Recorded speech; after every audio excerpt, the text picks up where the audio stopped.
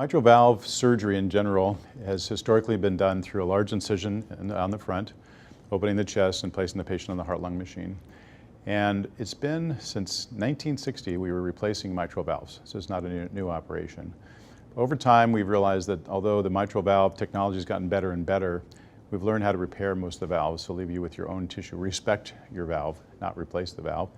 And we can now, generally speaking, repair about 90% of the mitral valves. So that's the first step. And the second step is we really moved towards moving to a less traumatic approach to the heart, usually working from the side through a small incision or even with ports assisted by a robot, where we can do the operation just as well as through the big incision, but the recovery is much faster. In fact, patients often will go home within 48 hours after that kind of surgery.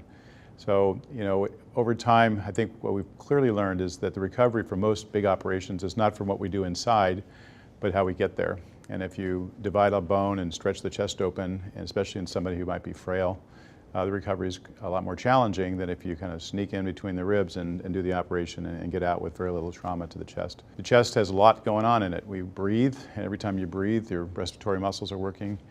You have cough, you have to move around, lift things, brush your teeth, comb your hair, and all that activity is really compromised if you have a big chest pain from the surgery. And then if the recovery is long and slow, it may hinder your return to normal activities or work.